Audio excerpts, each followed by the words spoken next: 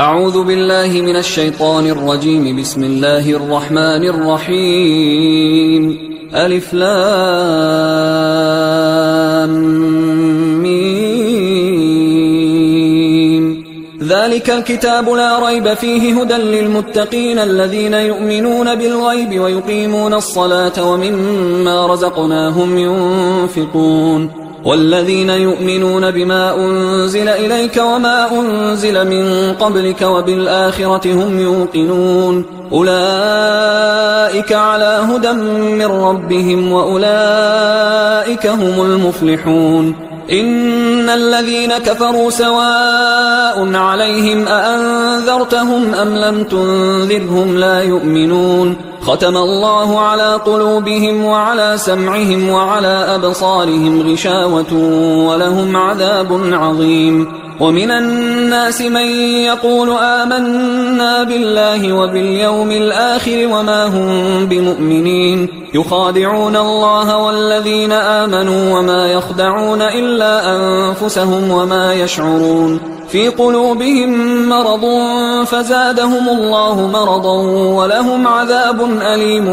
بما كانوا يكذبون. وإذا قيل لهم لا تفسدوا في الأرض قالوا إنما نحن مصلحون ألا إنهم هم المفسدون ولكن لا يشعرون. وإذا قيل لهم آمنوا كما آمن الناس قالوا أنؤمن كما آمن السفهاء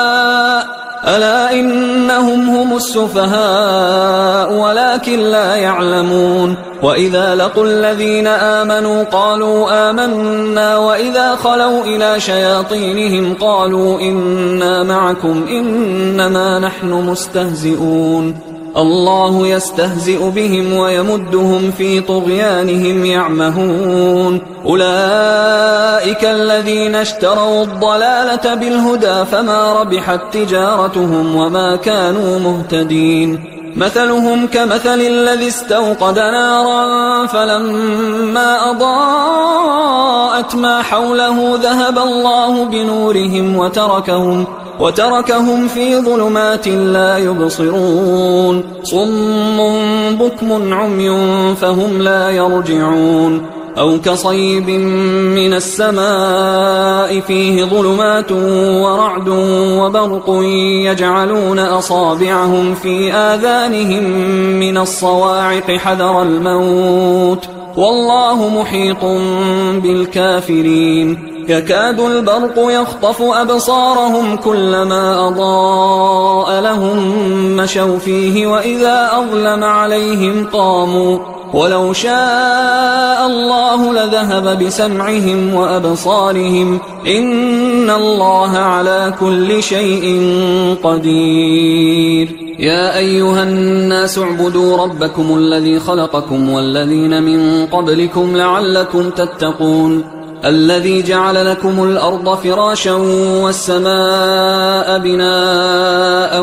وأنزل من السماء ماء فأخرج به من الثمرات رزقا لكم فلا تجعلوا لله أندادا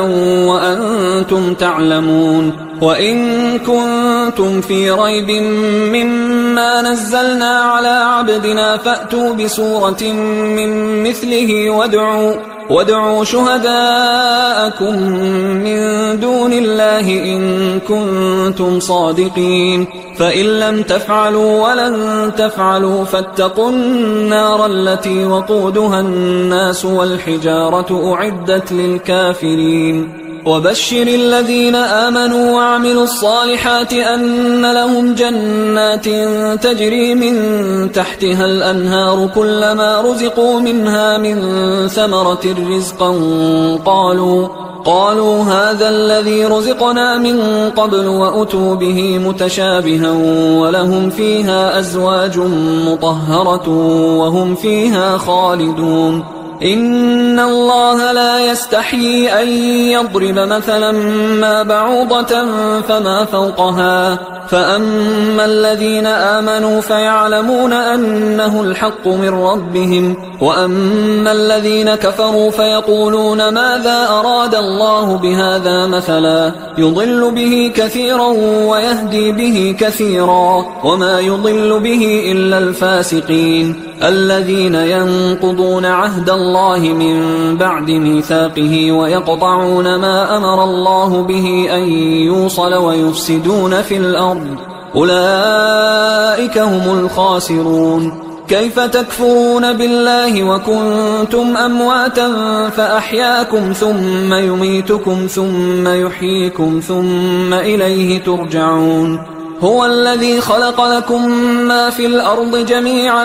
ثم استوى إلى السماء فسواهن 7 سماوات وهو بكل شيء عليم وإذ قال ربك للملائكة إني جاعل في الأرض خليفة قالوا أتجعل فيها من يفسد فيها ويسفك الدماء ونحن نسبح بحمدك ونقدس لك قال إني أعلم ما لا تعلمون وعلم آدم الأسماء كلها ثم عرضهم على الملائكة فقال أنبئوني بأسماء هؤلاء إن كنتم صادقين قالوا سبحانك لا علم لنا إلا ما علمتنا إنك أنت العليم الحكيم قال يا آدم أنبئهم بأسمائهم فلما أنبأهم بأسمائهم قال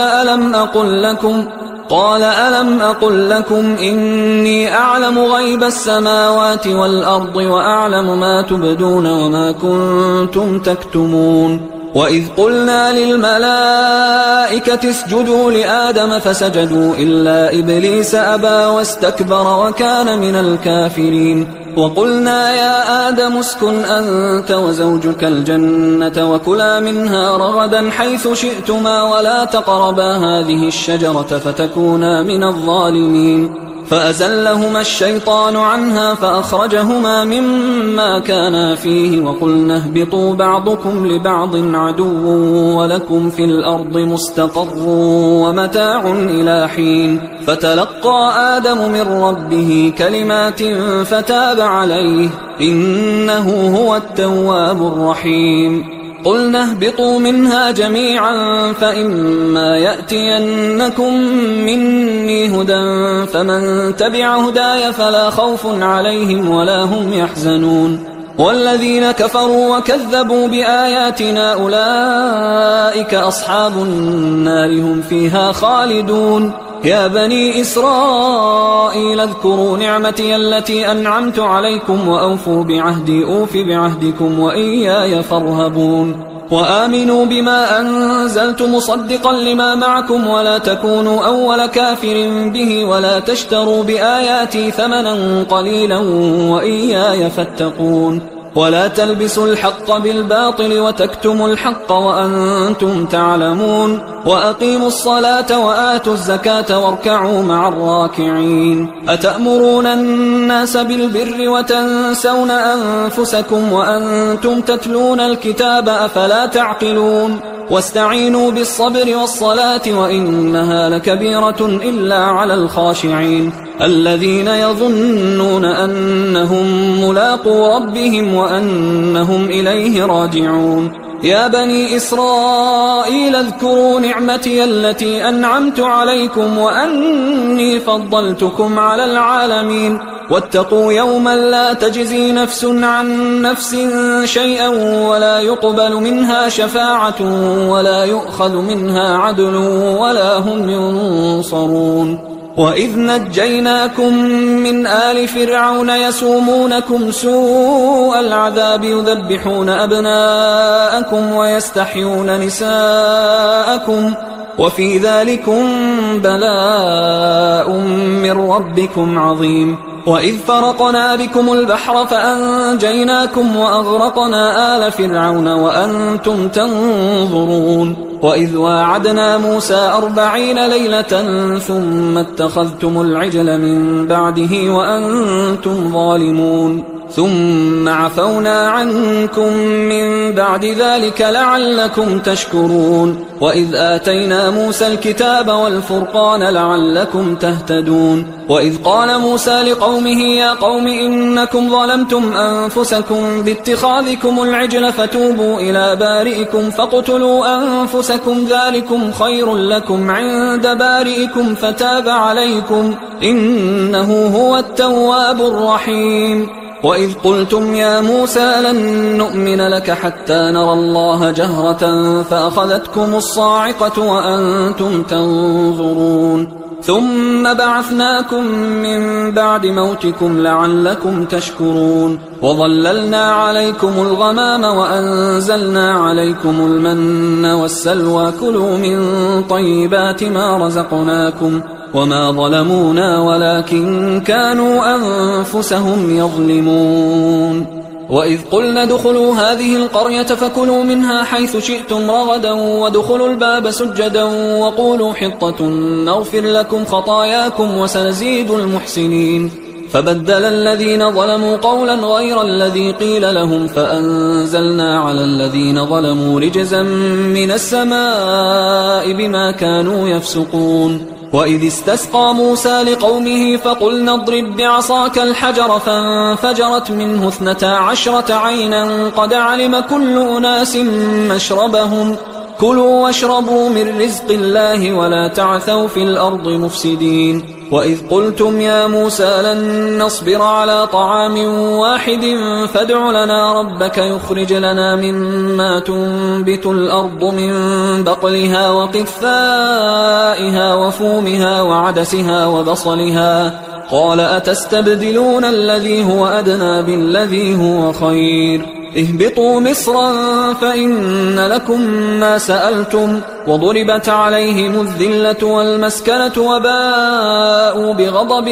من الله ذلك بأنهم كانوا يكفرون بآيات الله ويقتلون النبيين بغير الحق ذلك بما عصوا وكانوا يعتدون إن الذين آمنوا والذين هادوا والنصارى والصابئين من آمن بالله واليوم الآخر وعمل صالحا فلهم أجرهم عند ربهم ولا خوف عليهم ولا هم يحزنون وإذ أخذنا ميثاقكم ورفعنا فوقكم الطور خذوا ما آتيناكم بقوة واذكروا ما فيه لعلكم تتقون ثم توليتم من بعد ذلك فلولا فضل الله عليكم ورحمته لكنتم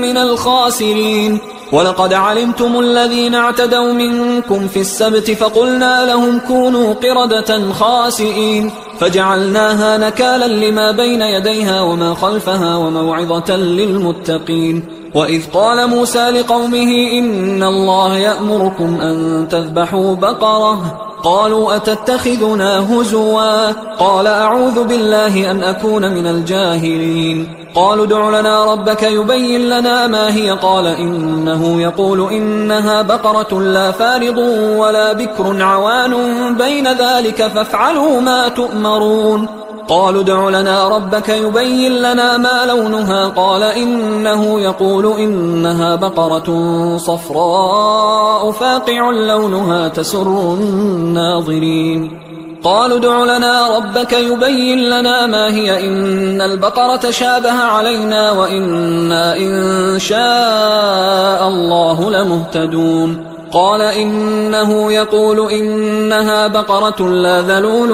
تثير الأرض ولا تسقي الحرث مسلمة لا شية فيها قالوا الآن جئت بالحق فذبحوها وما كادوا يفعلون وإذ قتلتم نفسا فادارأتم فيها والله مخرج ما كنتم تكتمون فقلنا اضربوه ببعضها كذلك يحيي الله الموتى ويريكم آياته لعلكم تعقلون ثم قست قلوبكم من بعد ذلك فهي كالحجارة أو أشد قسوة وإن من الحجارة لما يتفجر منه الأنهار وإن منها لما يشقق فيخرج منه الماء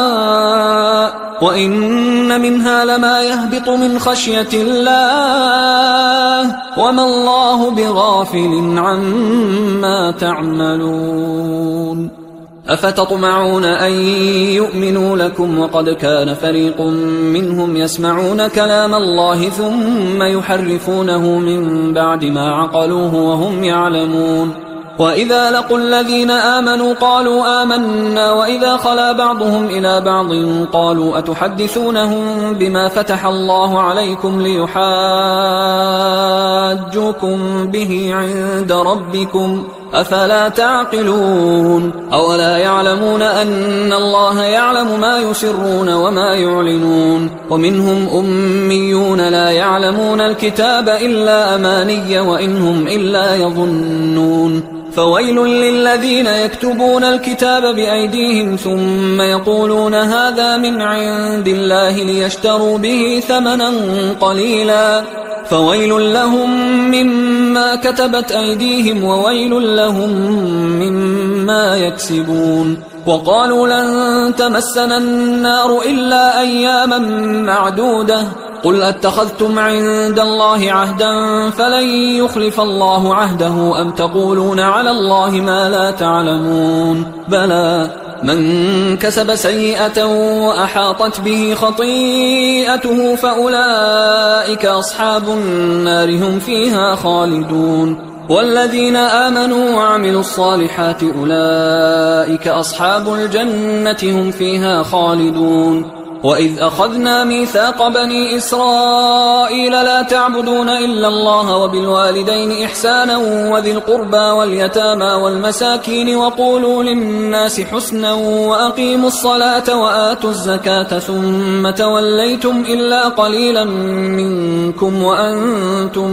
معرضون وإذ أخذنا ميثاقكم لا تسفكون دماءكم ولا تخرجون أنفسكم من دياركم ثم أقررتم وأنتم تشهدون ثم أنتم هؤلاء تقتلون أنفسكم وتخرجون فريقا منكم من ديارهم تظاهرون عليهم بالإثم والعدوان وإن يأتوكم أسارى تفادوهم وهو محرم عليكم إخراجهم أفتؤمنون ببعض الكتاب وتكفرون ببعض فما جزاء من يفعل ذلك منكم إلا خزي في الحياة الدنيا ويوم القيامة يردون إلى أشد العذاب وما الله بغافل عما تعملون أولئك الذين اشتروا الحياة الدنيا بالآخرة فلا يخفف عنهم العذاب ولا هم ينصرون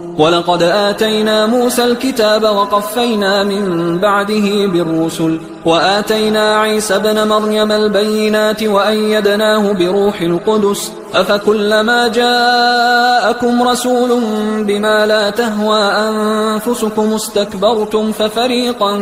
كذبتم وفريقا تقتلون وقالوا قلوبنا غلف بل لعنهم الله بكفرهم فقليلا ما يؤمنون ولما جاءهم كتاب من عند الله مصدق لما معهم وكانوا من قبل يستفتحون على الذين كفروا فلما جاءهم ما عرفوا كفروا به فلعنة الله على الكافرين بئس ما اشتروا به أنفسهم أن يكفروا بما أنزل الله بغيا أن ينزل الله من فضله على من يشاء من عباده فباءوا بغضب على غضب وللكافرين عذاب مهين وإذا قيل لهم آمنوا بما أنزل الله قالوا نؤمن بما أنزل علينا ويكفرون بما وراءه وهو الحق مصدقا لما معهم قل فلم تقتلون أنبياء الله من قبل إن كنتم مؤمنين ولقد جاءكم موسى بالبينات ثم اتخذتم العجل من بعده وأنتم ظالمون وإذ أخذنا ميثاقكم ورفعنا فوقكم الطور خذوا ما آتيناكم بقوة واسمعوا قالوا سمعنا وعصينا وأشربوا في قلوبهم العجل بكفرهم قل بئس ما يأمركم به إيمانكم إن كنتم مؤمنين قل إن كانت لكم الدار الآخرة عند الله خالصة من دون الناس فتمنوا الموت إن كنتم صادقين ولن يتمنوه أبدا بما قدمت أيديهم والله عليم بالظالمين ولتجدنهم أحرص الناس على حياة ومن الذين أشركوا يود أحدهم لو يعمر 1000 سنة وما هو بمزحزحه من العذاب أن يعمر والله بصير بما يعملون قل من كان عدوا لجبريل فإنه نزله على قلبك بإذن الله مصدقا لما بين يديه وهدى وبشرى للمؤمنين من كان عدوا لله وملائكته ورسله وجبريل وميكال فإن الله عدو للكافرين ولقد أنزلنا إليك آيات بينات وما يكفر بها إلا الفاسقون أوكلما عاهدوا عهدا نبذه فريق منهم بل أكثرهم لا يؤمنون ولما جاءهم رسول من عند الله مصدق لما معهم نبذ فريق من الذين أوتوا الكتاب كتاب الله وراء ظهورهم كأنهم لا يعلمون واتبعوا ما تتلو الشياطين على ملك سليمان وما كفر سليمان ولكن الشياطين كفروا يعلمون الناس السحر وما أنزل على الملكين ببابل هاروت وماروت وما يعلمان من أحد حتى يقولا إنما نحن فتنة فلا تكفر فيتعلمون منهما ما يفرقون به بين المرء وزوجه وما هم بضارين به من أحد إلا بإذن الله ويتعلمون ما يضرهم ولا ينفعهم ولقد علموا لمن اشتراه ما له في الآخرة من خلاق ولبئس ما شروا به أنفسهم لو كانوا يعلمون ولو أنهم آمنوا واتقوا لمثوبة من عند الله خير لو كانوا يعلمون يا أيها الذين آمنوا لا تقولوا راعنا وقولوا انظرنا واسمعوا وللكافرين عذاب أليم ما يود الذين كفروا من أهل الكتاب ولا المشركين أن ينزل عليكم من خير من ربكم والله يختص برحمته من يشاء والله ذو الفضل العظيم ما ننسخ من آية أو ننسها نأت بخير منها أو مثلها ألم تعلم أن الله على كل شيء قدير ألم تعلم أن الله له ملك السماوات والأرض وما لكم من دون الله من ولي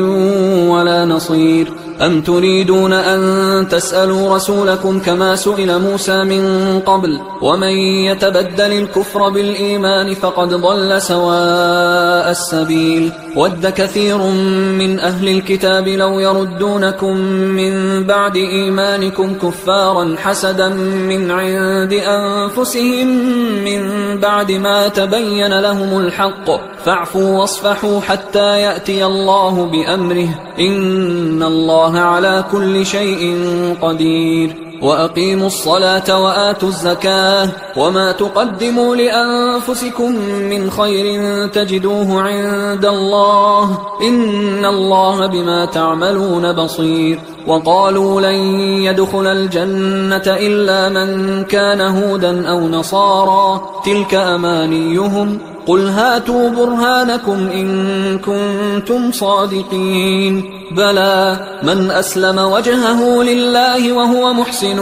فله أجره عند ربه ولا خوف عليهم ولا هم يحزنون وقالت اليهود ليست النصارى على شيء وقالت النصارى ليست اليهود على شيء وهم يتلون الكتاب كذلك قال الذين لا يعلمون مثل قولهم فالله يحكم بينهم يوم القيامة فيما كانوا فيه يختلفون ومن أظلم ممن منع مساجد الله أن يذكر فيها اسمه وسعى في خرابها أولئك ما كان لهم أن يدخلوها إلا خائفين لهم في الدنيا خزي ولهم في الآخرة عذاب عظيم ولله المشرق والمغرب فأينما تولوا فثم وجه الله إن الله واسع عليم وقالوا اتخذ الله ولدا سبحانه بل له ما في السماوات والأرض كل له قانتون بديع السماوات والأرض وإذا قضى أمرا فإنما يقول له كن فيكون وقال الذين لا يعلمون لولا يكلمنا الله أو تأتينا آية كذلك قال الذين من قبلهم مثل قولهم تشابهت قلوبهم قد بينا الآيات لقوم يوقنون إنا أرسلناك بالحق بشيرا ونذيرا ولا تسأل عن أصحاب الجحيم ولن ترضى عنك اليهود ولا النصارى حتى تتبع ملتهم قل إن هدى الله هو الهدى ولئن اتبعت أهواءهم بعد الذي جاءك من العلم ما لك من الله من ولي ولا نصير الذين آتيناهم الكتاب يتلونه حق تلاوته أولئك يؤمنون به ومن يكفر به فأولئك هم الخاسرون يا بني إسرائيل اذكروا نعمتي التي أنعمت عليكم وأني فضلتكم على العالمين واتقوا يوما لا تجزي نفس عن نفس شيئا ولا يقبل منها عدل ولا تنفعها شفاعة ولا هم ينصرون وإذ ابتلى إبراهيم ربه بكلمات فأتمهن قال إني جاعلك للناس إماما قال ومن ذريتي قال لا ينال عهد الظالمين وإذ جعلنا البيت مثابة للناس وأمنا واتخذوا من مقام إبراهيم مصلى وعهدنا إلى إبراهيم وإسماعيل أن طهرا بيتي للطائفين والعاكفين والركع السجود وإذ قال إبراهيم رب اجعل هذا بلدا آمنا وارزق أهله من الثمرات من آمن منهم بالله واليوم الآخر قال ومن كفر فأمتعه قليلا ثم أضطره إلى عذاب النار وبئس المصير وإذ يرفع إبراهيم القواعد من البيت وإسماعيل ربنا تقبل منا إنك أنت السميع العليم ربنا وجعلنا مسلمين لك ومن ذريتنا أمة مسلمة لك وأرنا مناسكنا وتب علينا إنك أنت التواب الرحيم ربنا وابعث فيهم رسولا منهم يتلو عليهم آياتك ويعلمهم الكتاب والحكمة ويزكيهم إنك أنت العزيز الحكيم ومن يرغب عن ملة إبراهيم إلا من سفه نفسه ولقد اصطفيناه في الدنيا وإنه في الآخرة لمن الصالحين إذ قال له ربه أسلم قال أسلمت لرب العالمين ووصى بها إبراهيم بنيه ويعقوب يا بني إن الله اصطفى لكم الدين فلا تموتن إلا وأنتم مسلمون أم كنتم شهداء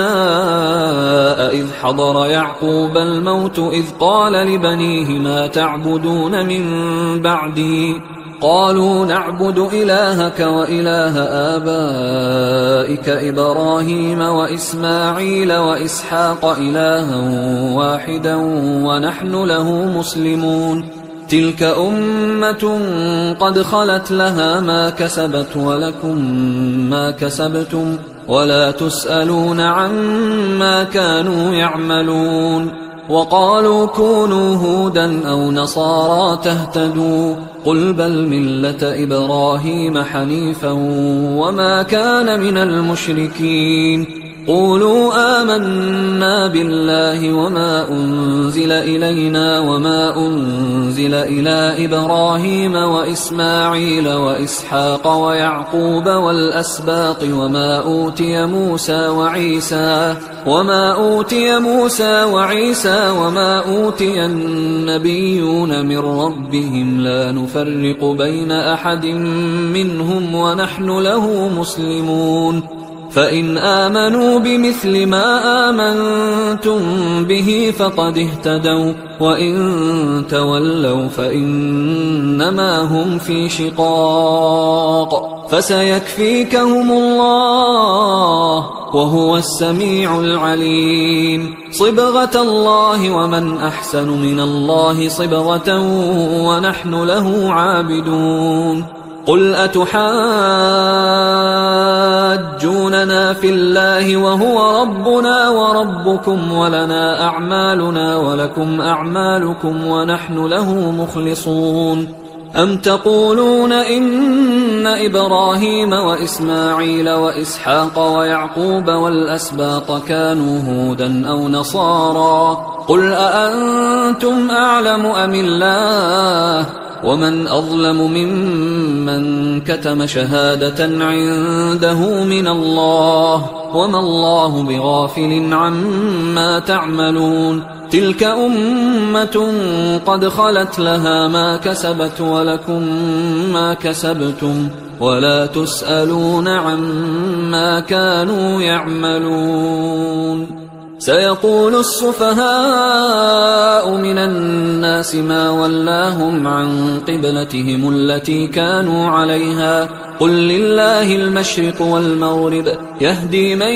يشاء إلى صراط مستقيم وكذلك جعلناكم أمة وسطا لتكونوا شهداء على الناس ويكون الرسول عليكم شهيدا وما جعلنا القبلة التي كنت عليها إلا لنعلم من يتبع الرسول ممن ينقلب على عقبيه وإن كانت لكبيرة إلا على الذين هدى الله وما كان الله ليضيع إيمانكم إن الله بالناس لرؤوف رحيم قد نرى تقلب وجهك في السماء فلنولينك قبلة ترضاها فول وجهك شطر المسجد الحرام وحيث ما كنتم فولوا وجوهكم شطره وإن الذين أوتوا الكتاب ليعلمون أنه الحق من ربهم وما الله بغافل عما يعملون ولئن أتيت الذين أوتوا الكتاب بكل آية ما تبعوا قبلتك وما أنت بتابع قبلتهم وما بعضهم بتابع قبلة بعض ولئن اتبعت أهواءهم من بعد ما جاءك من العلم إنك إذا لمن الظالمين الذين آتيناهم الكتاب يعرفونه كما يعرفون أبناءهم وإن فريقا منهم ليكتمون الحق وهم يعلمون الحق من ربك فلا تكونن من الممترين ولكل وجهة هو موليها فاستبقوا الخيرات أينما تكونوا يأت بكم الله جميعا إن الله على كل شيء قدير ومن حيث خرجت فول وجهك شطر المسجد الحرام وإنه للحق من ربك وما الله بغافل عما تعملون ومن حيث خرجت فول وجهك شطر المسجد الحرام وحيث ما كنتم فولوا وجوهكم شطره لئلا يكون للناس عليكم حجة إلا الذين ظلموا منهم فلا تخشوهم واخشوني ولأتم نعمتي عليكم ولعلكم تهتدون كما أرسلنا فيكم رسولا منكم يتلو عليكم آياتنا ويزكيكم ويعلمكم الكتاب والحكمة ويعلمكم ما لم تكونوا تعلمون فاذكروني أذكركم واشكروا لي ولا تكفرون يا أيها الذين آمنوا استعينوا بالصبر والصلاة إن الله مع الصابرين ولا تقولوا لمن يقتل في سبيل الله أموات بل أحياء ولكن لا تشعرون ولنبلونكم بشيء من الخوف والجوع ونقص من الأموال والأنفس والثمرات وبشر الصابرين الذين إذا أصابتهم مصيبة قالوا إنا لله وإنا إليه راجعون أولئك عليهم صلوات من ربهم ورحمة وأولئك هم المهتدون إن الصفا والمروة من شعائر الله فمن حج البيت أو اعتمر فلا جناح عليه أن يطوف بهما ومن تطوع خيرا فإن الله شاكر عليم إن الذين يكتمون ما أنزلنا من البينات والهدى من بعد ما بيناه للناس في الكتاب أولئك يلعنهم الله ويلعنهم اللاعنون إلا الذين تابوا وأصلحوا وبينوا فأولئك أتوب عليهم وأنا التواب الرحيم إن الذين كفروا وماتوا وهم كفار أولئك عليهم لعنة الله والملائكة والناس أجمعين خالدين فيها لا يخفف عنهم العذاب ولا هم ينظرون وإلهكم إله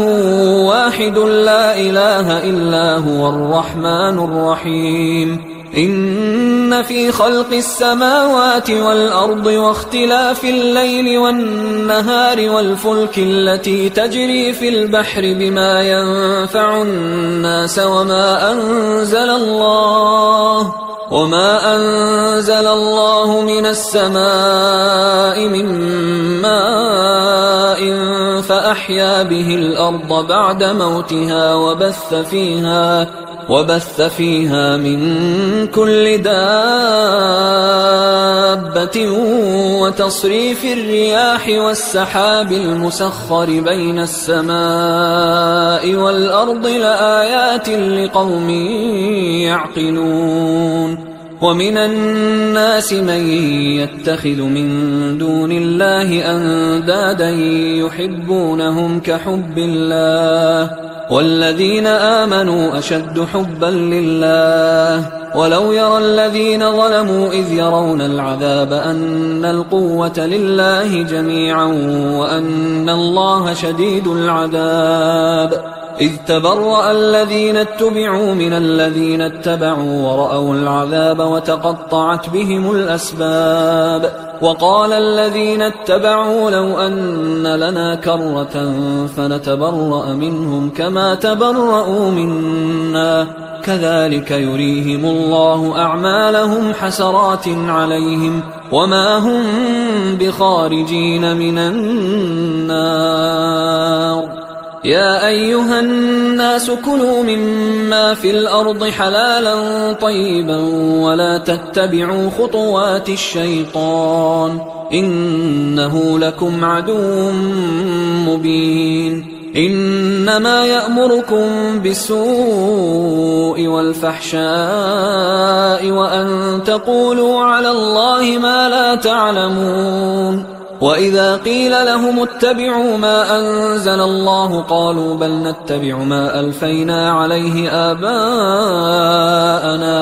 أولو كان آباؤهم لا يعقلون شيئا ولا يهتدون ومثل الذين كفروا كمثل الذي ينعق بما لا يسمع إلا دعاء ونداء صم بكم عمي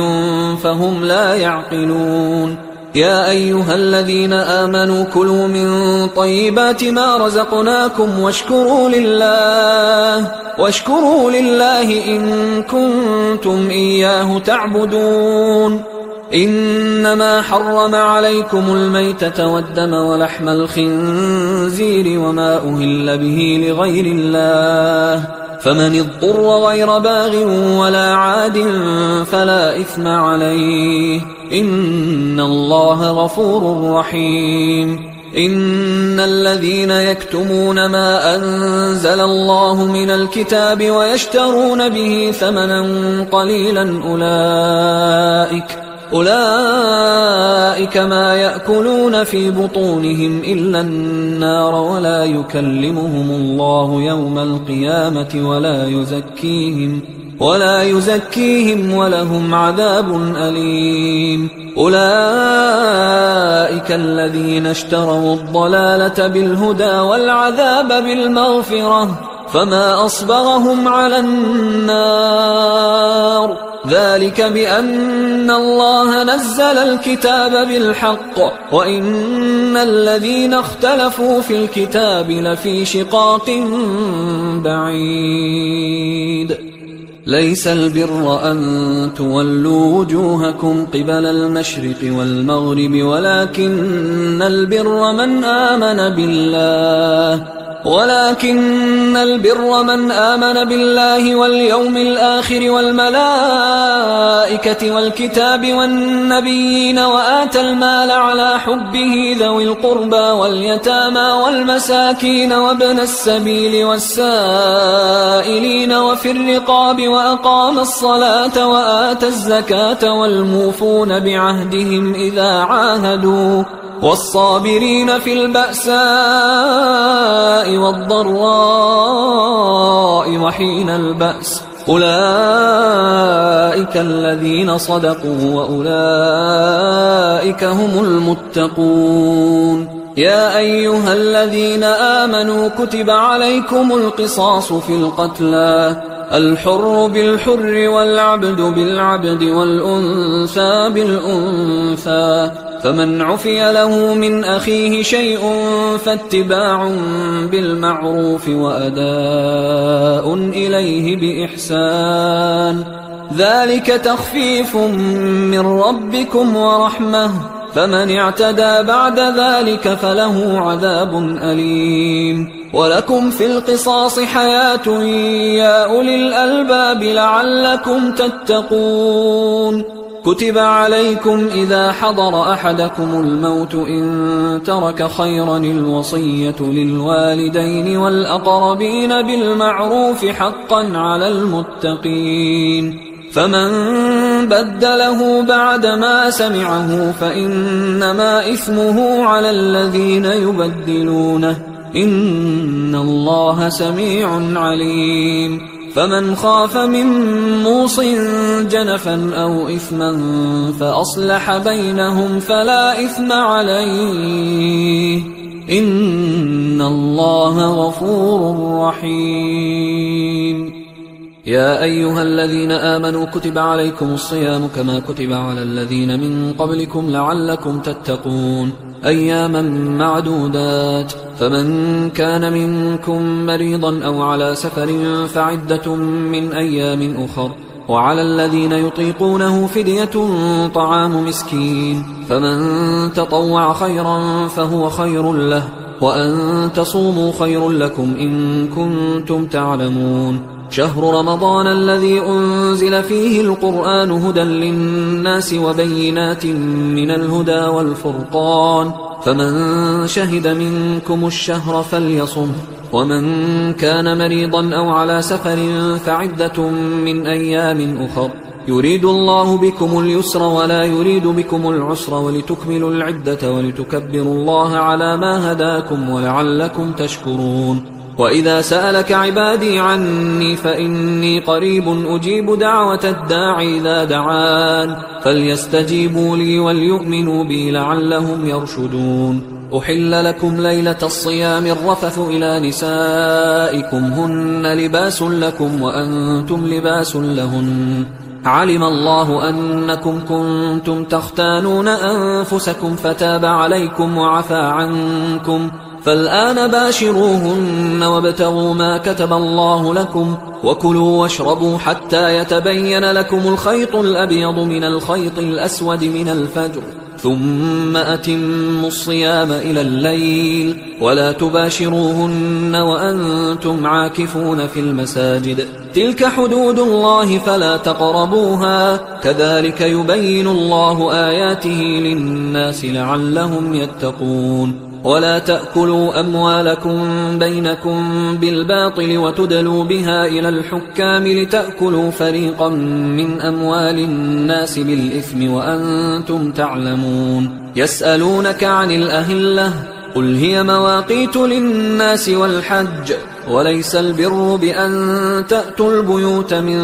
ظهورها ولكن البر من اتقى، وأتوا البيوت من أبوابها واتقوا الله لعلكم تفلحون. وقاتلوا في سبيل الله الذين يقاتلونكم ولا تعتدوا إن الله لا يحب المعتدين. وقتلوهم حيث ثقفتموهم وأخرجوهم من حيث أخرجوكم والفتنة أشد من القتل، ولا تقاتلوهم عند المسجد الحرام حتى يقاتلوكم فيه، فإن قاتلوكم فاقتلوهم، كذلك جزاء الكافرين، فإن انتهوا فإن الله غفور رحيم. وقاتلوهم حتى لا تكون فتنة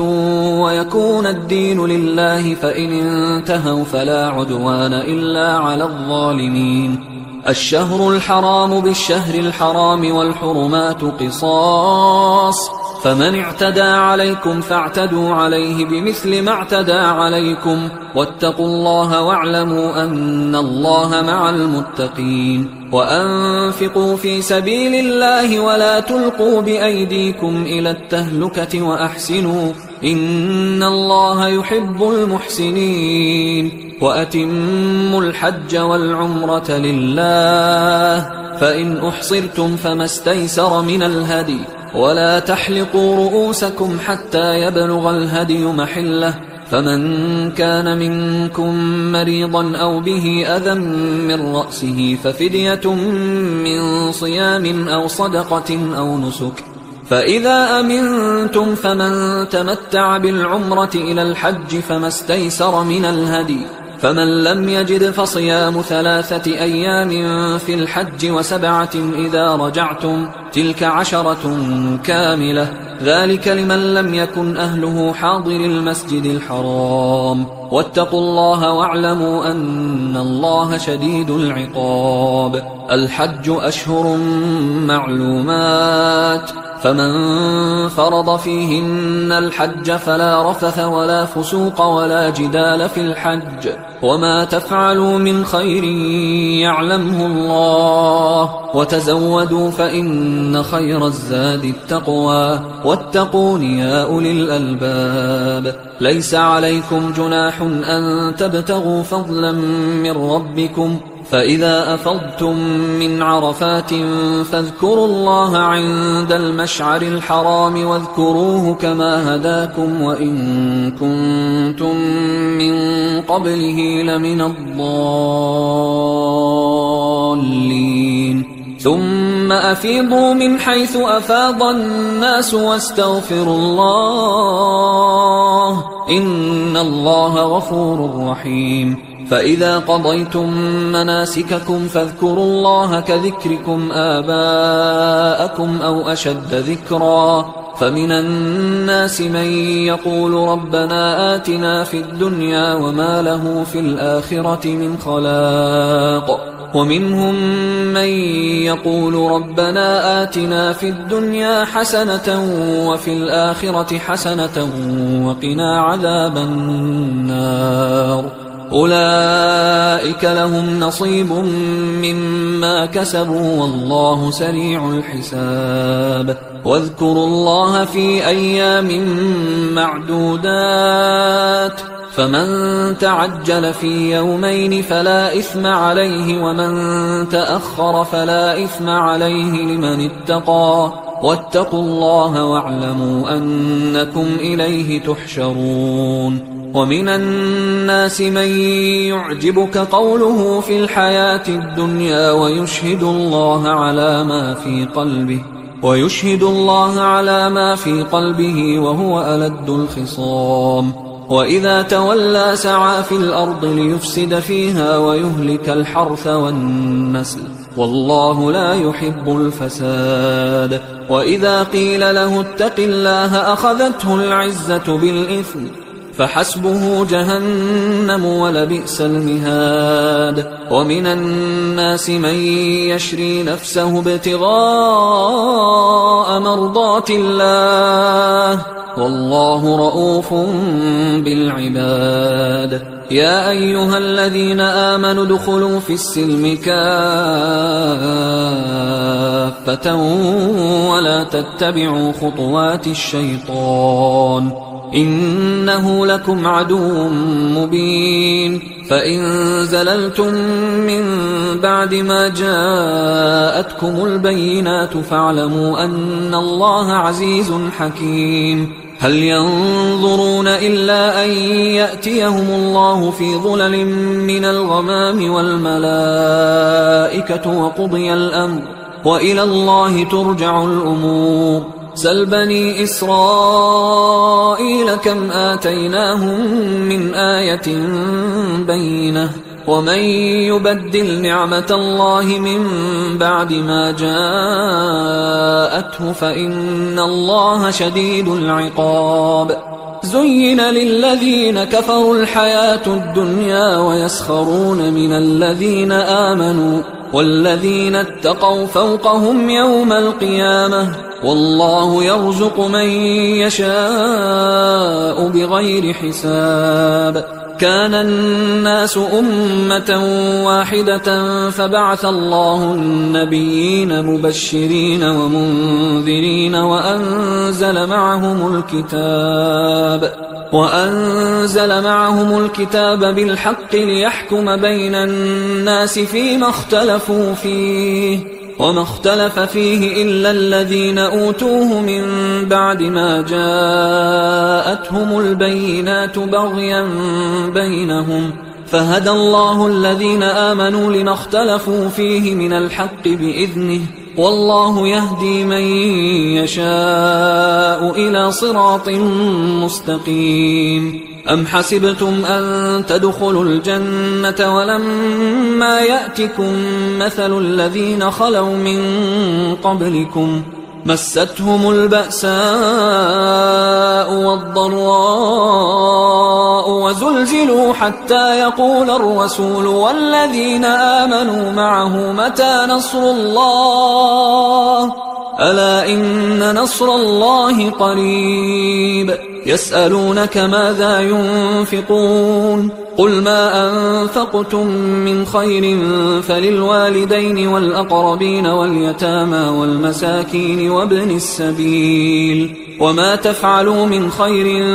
فإن الله به عليم كتب عليكم القتال وهو كره لكم وعسى أن تكرهوا شيئا وهو خير لكم وعسى أن تحبوا شيئا وهو شر لكم والله يعلم وأنتم لا تعلمون يسألونك عن الشهر الحرام قتال فيه قل قتال فيه كبير وصد عن سبيل الله وكفر به والمسجد الحرام وإخراج أهله منه أكبر عند الله والفتنة أكبر من القتل ولا يزالون يقاتلونكم حتى يردوكم عن دينكم إن استطاعوا ومن يرتدد منكم عن دينه فيمت وهو كافر فأولئك حبطت أعمالهم في الدنيا والآخرة وأولئك أصحاب النار هم فيها خالدون إن الذين آمنوا والذين هاجروا وجاهدوا في سبيل الله أولئك يرجون رحمة الله والله غفور رحيم يسألونك عن الخمر والميسر قل فيهما إثم كبير ومنافع للناس وإثمهما أكبر من نفعهما ويسألونك ماذا ينفقون قل العفو كذلك يبين الله لكم الآيات لعلكم تتفكرون في الدنيا والآخرة ويسألونك عن اليتامى قل إصلاح لهم خير وإن تخالطوهم فإخوانكم والله يعلم المفسد من المصلح ولو شاء الله لأعنتكم إن الله عزيز حكيم ولا تنكحوا المشركات حتى يؤمن ولأمة مؤمنة خير من مشركة ولو أعجبتكم ولا تنكحوا المشركين حتى يؤمنوا ولعبد مؤمن خير من مشرك ولو أعجبكم أولئك يدعون إلى النار والله يدعو إلى الجنة والمغفرة بإذنه ويبين آياته للناس لعلهم يتذكرون ويسألونك عن المحيض قل هو أذى فاعتزلوا النساء في المحيض ولا تقربوهن حتى يطهرن فإذا تطهرن فأتوهن من حيث أمركم الله إن الله يحب التوابين ويحب المتطهرين نساؤكم حرث لكم فأتوا حرثكم أنى شئتم وقدموا لأنفسكم واتقوا الله واعلموا أنكم ملاقوه وبشر المؤمنين ولا تجعلوا الله عرضة لأيمانكم أن تبروا وتتقوا وتصلحوا بين الناس والله سميع عليم لا يؤاخذكم الله باللغو في أيمانكم ولكن يؤاخذكم بما كسبت قلوبكم والله غفور حليم للذين يؤلون من نسائهم تربص 4 أشهر فإن فاءوا فإن الله غفور رحيم وإن عزموا الطلاق فإن الله سميع عليم والمطلقات يتربصن بأنفسهن 3 قروء ولا يحل لهن أن يكتمن ما خلق الله في أرحامهن إن كن يؤمن بالله واليوم الآخر وبعولتهن أحق بردهن في ذلك إن أرادوا إصلاحا ولهن مثل الذي عليهن بالمعروف وللرجال عليهن درجة والله عزيز حكيم الطلاق 2 فإمساك بمعروف أو تسريح بإحسان ولا يحل لكم أن تأخذوا مما آتيتموهن شيئا إلا أن يخافا ألا يقيما حدود الله فإن خفتم ألا يقيما حدود الله فلا جناح عليهما فيما افتدت به تلك حدود الله فلا تعتدوها ومن يتعد حدود الله فأولئك هم الظالمون فإن طلقها فلا تحل له من بعد حتى تنكح زوجا غيره فإن طلقها فلا جناح عليهما أن يتراجعا إن ظنا أن يقيما حدود الله وتلك حدود الله يبينها لقوم يعلمون وإذا طلقتم النساء فبلغن أجلهن فأمسكوهن بمعروف أو سرحوهن بمعروف ولا تمسكوهن ضرارا لتعتدوا ومن يفعل ذلك فقد ظلم نفسه ولا تتخذوا آيات الله هزوا واذكروا نعمة الله عليكم وما أنزل عليكم من الكتاب والحكمة يعظكم به واتقوا الله واعلموا أن الله بكل شيء عليم وإذا طلقتم النساء فبلغن أجلهن فلا تعضلوهن أن ينكحن أزواجهن إذا تراضوا بينهم بالمعروف ذلك يوعظ به من كان منكم يؤمن بالله واليوم الآخر ذلكم أزكى لكم وأطهر والله يعلم وأنتم لا تعلمون والوالدات يرضعن أولادهن حولين كاملين لمن أراد أن يتم الرضاعة وعلى المولود له رزقهن وكسوتهن بالمعروف لا تكلف نفس إلا وسعها لا تضار والدة بولدها ولا مولود له بولده وعلى الوارث مثل ذلك فإن أرادا فصالا عن تراض منهما وتشاور فلا جناح عليهما وإن أردتم أن تسترضعوا أولادكم فلا جناح عليكم إذا سلمتم ما آتيتم بالمعروف واتقوا الله واعلموا أن الله بما تعملون بصير والذين يتوفون منكم ويذرون أزواجا يتربصن بأنفسهن 4 أشهر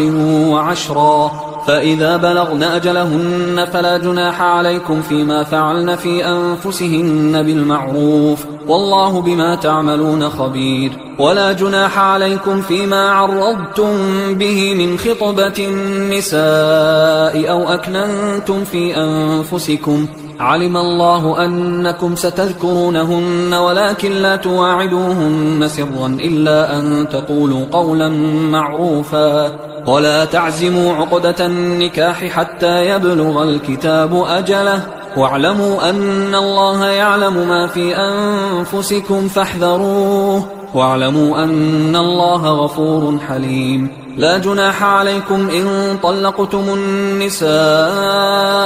ما لم تمسوهن أو تفرضوا لهن فريضة ومتعوهن على الموسع قدره وعلى المقتر قدره متاعا بالمعروف حقا على المحسنين وإن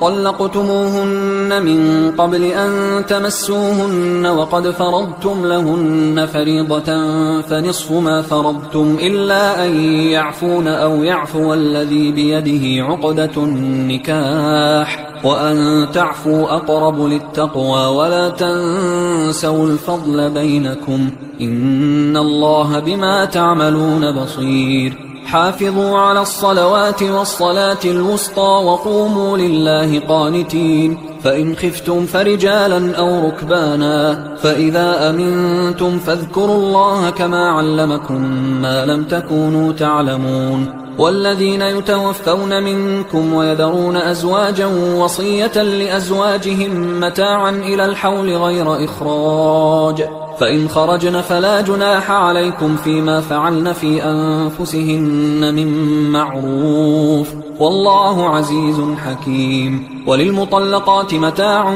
بالمعروف حقا على المتقين كذلك يبين الله لكم آياته لعلكم تعقلون ألم تر إلى الذين خرجوا من ديارهم وهم ألوف حذر الموت فقال لهم الله موتوا ثم أحياهم إن الله لذو فضل على الناس ولكن أكثر الناس لا يشكرون وقاتلوا في سبيل الله واعلموا أن الله سميع عليم من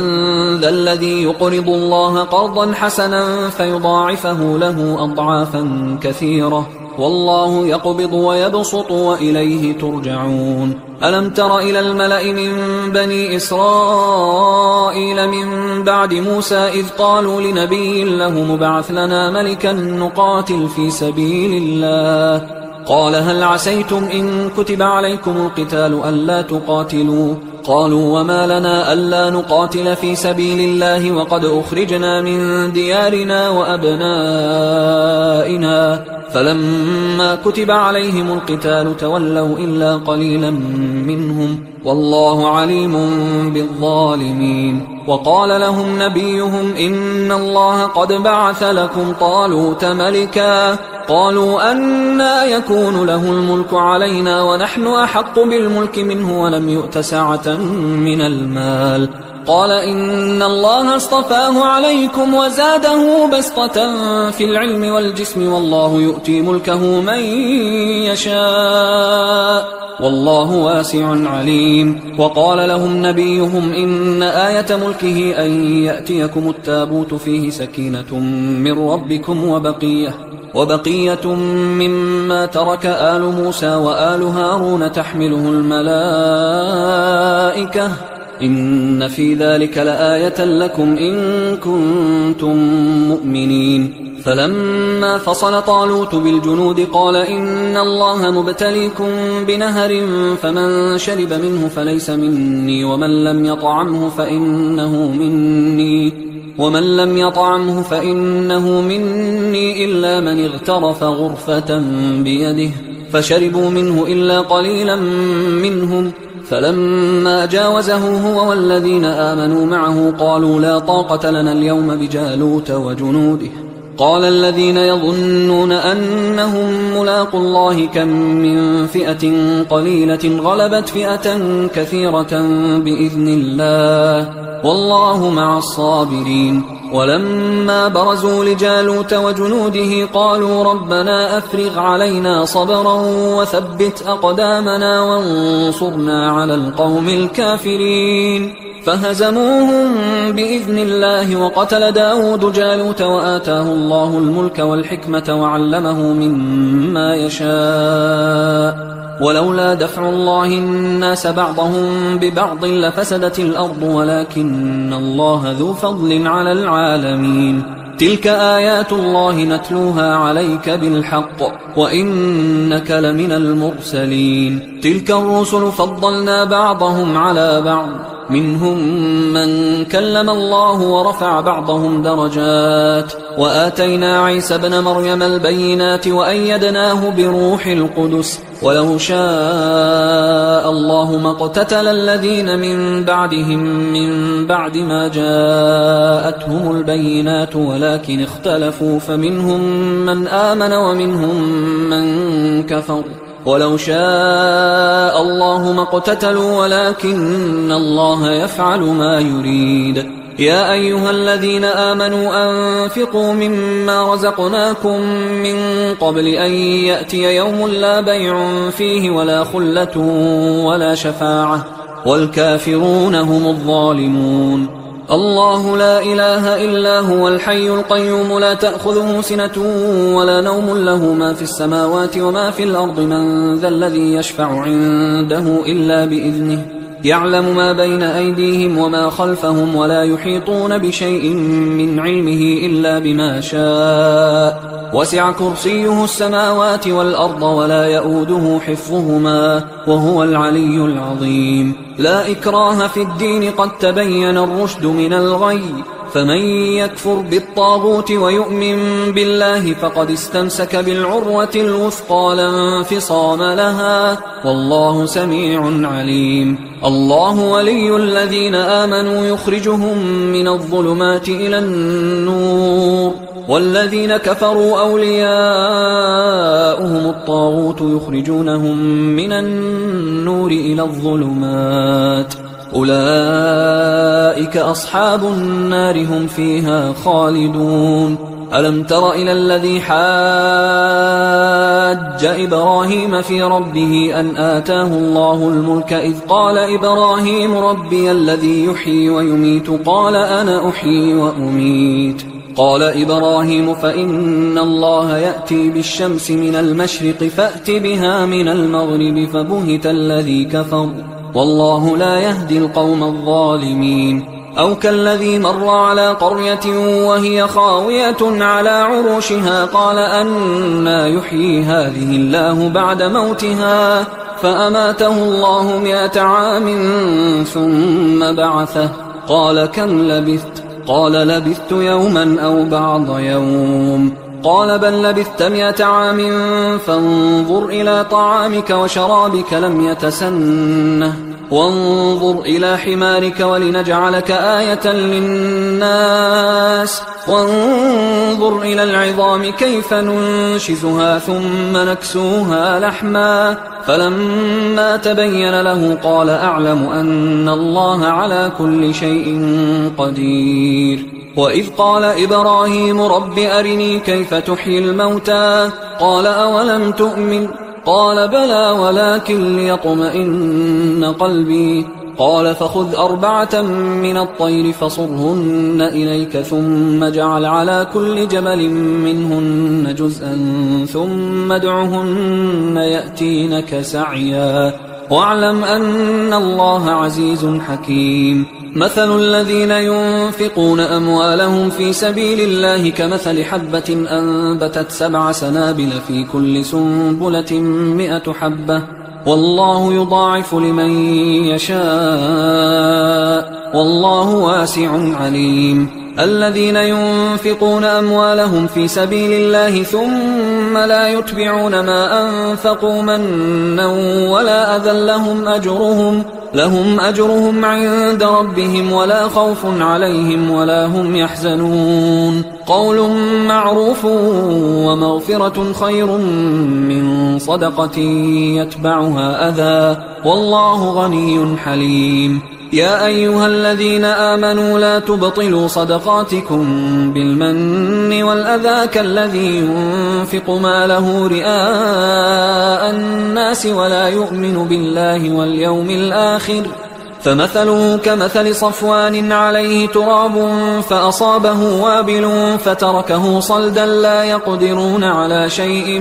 مما كسبوا والله لا يهدي القوم الكافرين ومثل الذين ينفقون أموالهم ابتغاء مرضات الله وتثبيتا من أنفسهم كمثل جنة بربوة أصابها وابل فآتت أكلها ضعفين فإن لم يصبها وابل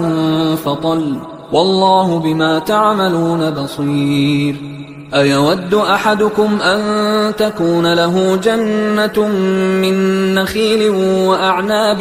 تجري من تحتها الأنهار له فيها من كل الثمرات وأصابه الكبر وله ذرية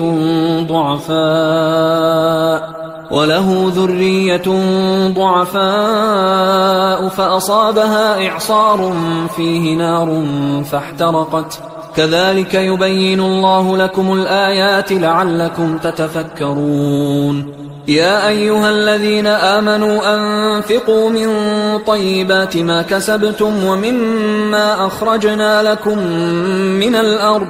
ولا تيمموا الخبيث منه تنفقون ولستم بآخذيه إلا أن تغمضوا فيه واعلموا أن الله غني حميد الشيطان يعدكم الفقر ويأمركم بالفحشاء والله يعدكم مغفرة منه وفضلا والله واسع عليم يؤتي الحكمة من يشاء ومن يؤت الحكمة فقد أوتي خيرا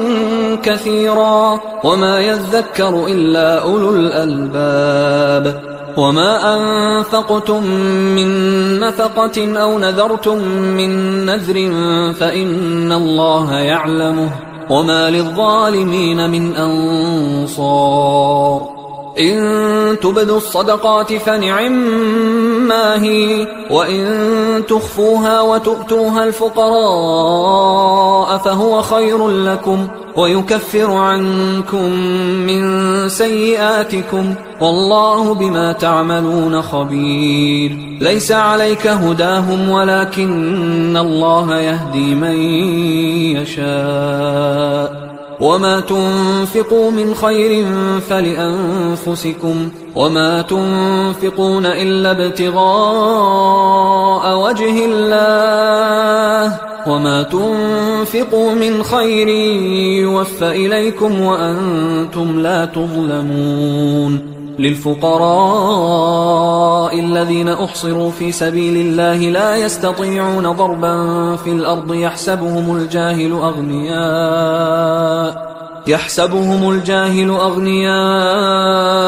من التعفف تعرفهم بسيماهم لا يسألون الناس إلحافا وما تنفقوا من خير فإن الله به عليم الذين ينفقون أموالهم بالليل والنهار سرا وعلانية فلهم أجرهم عند ربهم ولا خوف عليهم ولا هم يحزنون الذين يأكلون الربا لا يقومون إلا كما يقوم الذي يتخبطه الشيطان من المس ذلك بأنهم قالوا إنما البيع مثل الربا وأحل الله البيع وحرم الربا فمن جاءه موعظة من ربه فانتهى فله ما سلف وأمره إلى الله ومن عاد فأولئك أصحاب النار هم فيها خالدون يمحق الله الربا ويربي الصدقات والله لا يحب كل كفار أثيم إن الذين آمنوا وعملوا الصالحات وأقاموا الصلاة وآتوا الزكاة لهم أجرهم عند ربهم ولا خوف عليهم ولا هم يحزنون يا أيها الذين آمنوا اتقوا الله وذروا ما بقي من الربا إن كنتم مؤمنين فإن لم تفعلوا فأذنوا بحرب من الله ورسوله وإن تبتم فلكم رؤوس أموالكم لا تظلمون ولا تظلمون وإن كان ذو عسرة فنظرة إلى ميسرة وأن تصدقوا خير لكم إن كنتم تعلمون واتقوا يوما ترجعون فيه إلى الله ثم توفى كل نفس ما كسبت وهم لا يظلمون يا أيها الذين آمنوا إذا تداينتم بدين إلى أجل مسمى فاكتبوه وليكتب بينكم كاتب بالعدل ولا يأب كاتب أن يكتب كما علمه الله فليكتب وليملل الذي عليه الحق وليتق الله ربه ولا يبخس منه شيئا فإن كان الذي عليه الحق سفيها أو ضعيفا أو لا يستطيع أن يمله فليملل وليه بالعدل واستشهدوا شهيدين من رجالكم فإن لم يكونا رجلين فرجل وامرأتان ممن ترضون من الشهداء أن تضل إحداهما فتذكر إحداهما الأخرى ولا يأبى الشهداء إذا ما دعوا ولا تسأموا أن تكتبوه صغيرا أو كبيرا إلى أجله ذلكم أقسط عند الله وأقوم للشهادة وأدنى أن لا ترتابوا إلا أن تكون تجارة حاضرة تديرونها بينكم فليس عليكم جناح ألا تكتبوها وأشهدوا إذا تبايعتم ولا يضار كاتب ولا شهيد وإن تفعلوا فإنه فسوق بكم واتقوا الله ويعلمكم الله والله بكل شيء عليم وإن كنتم على سفر ولم تجدوا كاتبا فرهان مقبوضة، فإن أمن بعضكم بعضا فليؤد الذي ائتمن أمانته وليتق الله ربه ولا تكتموا الشهادة، ومن يكتمها فإنه آثم قلبه والله بما تعملون عليم. لله ما في السماوات وما في الأرض، وإن تبدوا ما في أنفسكم أو تخفوه يحاسبكم به الله فيغفر لمن يشاء ويعذب من يشاء